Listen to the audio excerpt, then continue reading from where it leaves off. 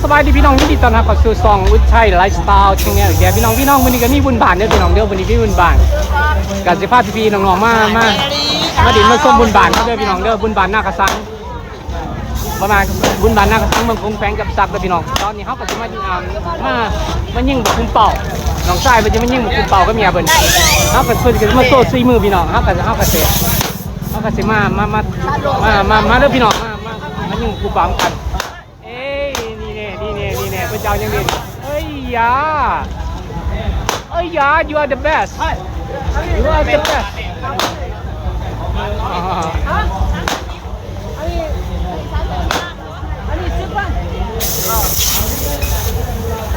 3 หลอก 10ตอนนี้หน่อยเพิ่งกันยัง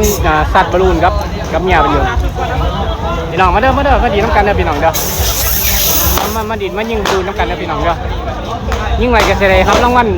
ดีๆเด้อพี่น้องเด้อเลยครับรางวัลเป็นไงพี่น้องรางวัลเป็นไงก็คือเครื่องดื่มเด้อพี่น้องเด้อ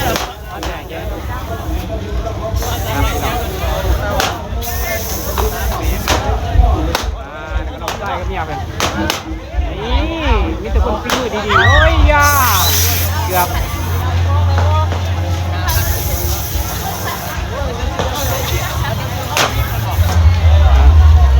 พี่น้องอันนี้ก็คือบุญบานหน้ากระสังเมืองกรุงแปลงกับตักพี่น้องเด้อเอาเด้อมาดินมาส้มกันมาดินมาเที่ยวกันเพราะว่ามีลำบงมีลำเดืองเด้อพี่น้องเด้อมีลำบงมีลำเดืองเอากระสิพายางรอไปเดือยๆนะพี่น้องเนาะบ่โอ้ยบ่ก็มียังไรยังฮะอันนี้ก็คือน้องเป็นยิ่งไรน้องชายเป็นยิ่งไรโคโคนัทจูสลูกโคโคนัทจูส5,000 กีบ5,000 กีบไอ้ท้องบอกว่ามากๆบริครับไอ้ท้องคนนั้นรังอยู่คนนั้นยังมาบริครับ You want to go walk? Come on, let's go. Okay, come on, let's go. มาพี่น้องผ้ายางมาแถวนี้เราเบิ่งมาส้มมาดินมาส้มเด้อพี่น้องเด้อผู้คนเขาก็จะมาดินมาให้ร้ายนึงพี่น้องอันนี้ก็คือน้องชายครับกับเมียบัดนี้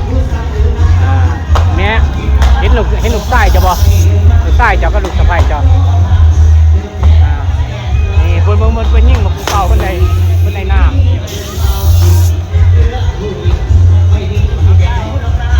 เพิ่นก็จะมาลองที่นี่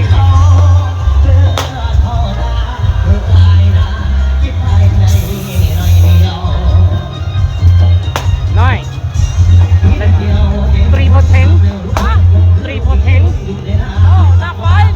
I don't even know you gonna ask อันนี้ก็คือเป็นช่องอีกนอกพี่น้องเนาะคือว่า3 ดอก10เป็นยิ่งเลยแล้วน้ำหมดแข็งน้องอะไรคอยอันนี้ก็คือน้องสะใภ้เพิ่นให้เขายิ่งเนาะพี่น้องเนาะเขาก็โชว์ฝีมือไอ้ยา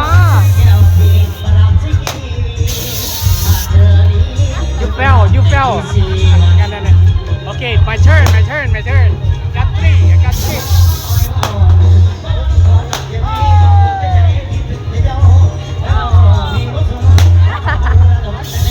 10. I cannot make it. I cannot make it. It looks simple, but it's not that easy. I cannot make it. พี่น้องอะไรขอซื้อเลยไรบอตรงยิ่ง300,000โอ้โหคันยิ่งนี่ต้องคันยิ่งนี่ต้องเบิร์ดจักต้องในจักอันถึงคันไหน3 ดูคันไหนวะ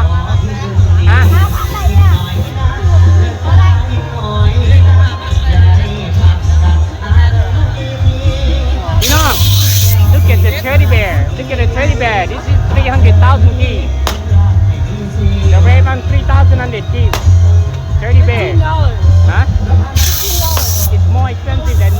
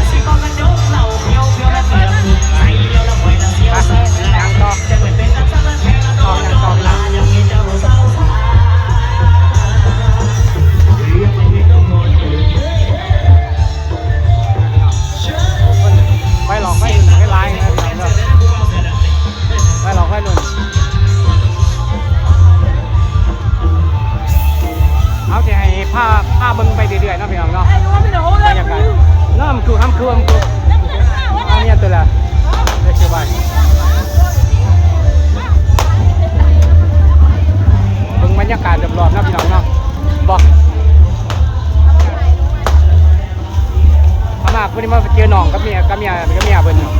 เขาก็เลยยางเป็นงูเพิ่นยางเป็นงูเพิ่นให้เบิ่งบรรยากาศตลอดเด้อพี่น้องเด้อว่ามันสิคึกคืนขนาดใดเนาะพี่น้องเนาะเบิ่งรถเดินเบิ่งรถเลยละบ้างครับขี่รถไวเพิ่นน่ะโอ้ยขี่ไวเป็นเสดีเนาะ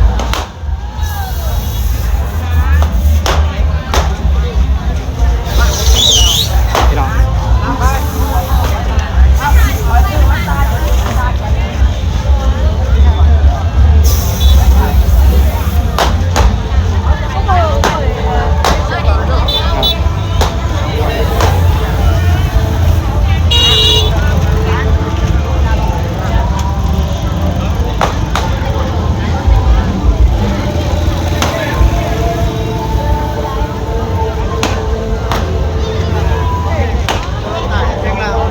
พี่น้องไอ้พวกมึงบรรยากาศไปดับรอบ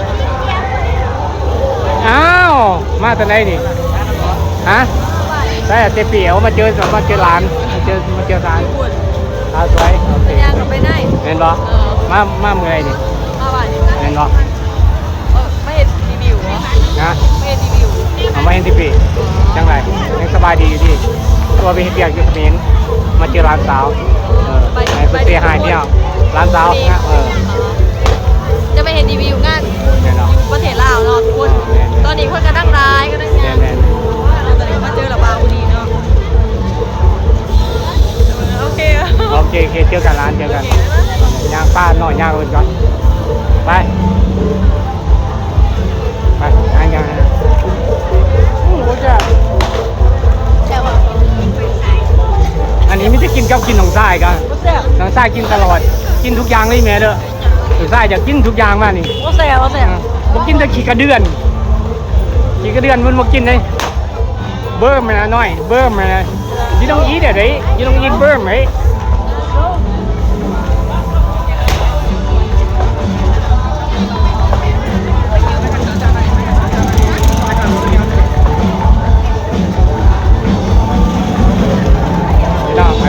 บรรยากาศอ๋ออันนี้ก็มาเจอหนองไส้ฮัลโหลสาวหน่อยเขากล้องเนี่ยลูกสบายดีในที่ฝนสบายดีฝนอ๋อถึงเมื่อไหร่บ่ลูกถึงเมื่อไหร่ครับอ๋อบ้านมาซื้อกินเสื้อโอเคมาเจอร้านหน่อยโอเคเจอกันไปน้องพี่น้องเนาะคลิปนี้ก็บอกคนมีสาระไปไหนเด้อพี่น้องเด้อคลิปนี้บอกคนมีสาระไปไหนมีแต่ฉากบรรยากาศทั่วๆรอบๆไป Did you eat it? I already ate. Look at that. What about you? Yeah. โอ้เจอแต่คนรู้จักเว้ยพี่น้องให้บรรยากาศรอบๆเด้อพี่น้องเช้าหน้าฮักก็ได้พี่น้องยืนอยู่ซอกๆแหวกๆมีเบิร์ดพุ่นน่ะนั่นแหละพี่น้องเด้อมาเบิ่งบรรยากาศทั้งแม่กันเองไปรุ่นพี่นี่ไปหลอกไปรุ่นมันหัวโลนกับมี่พุ่นน่ะอาจารย์ได้ดู หัวโลนกับมี่พวกเขารุ่นนั้นที่ดูโอ้ยกับพวกกันทานเลยซื่ออาจารย์ได้ดู ยืนในพุ่น อาจารย์ ยืนในได้มารีวิวบนรถฮะมารีวิวบนเหรอแมนมาถ่ายคลิปอันนี้ครับ ก็ดูยังไปติดตามเราพี่น้องเขาก็จะให้เบิ่งบรรยากาศตลอดนะพี่น้องบ้านเข้ามาอ๋อมีแต่ของกินร้านกับสินค้าพวกปิ้งใส่กอพวกปิ้งไทยเนาะพี่น้องเนาะอันนี้คือของกินแซ่บๆไปเบิ่งพี่น้องแซ่บๆมาเด้อพี่น้องมีพับก้อนอีกเนาะพี่น้องไม่มีพับก้อนเนี่ยพับก้อน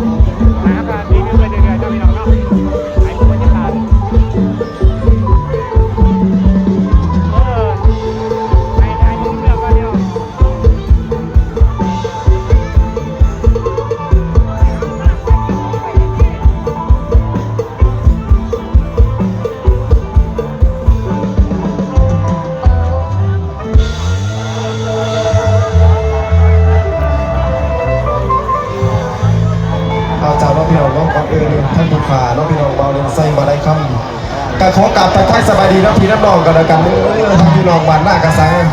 โอ้ยท่านผู้ขากับบุญหลายสายเนี่ยพี่น้องบอกเคยได้มาจ้าเถื่อได้แต่ขี่รถผ่านพี่น้องกับขอฝากเรื่องฝากโตน้ำพอน้ำเมย์เนาะน้ำป่าน้ำยุ่งเอาจะได้กระยาเลยติดต่อจะร้องไห้ตามข้อขอสาวถาดพนุ่ม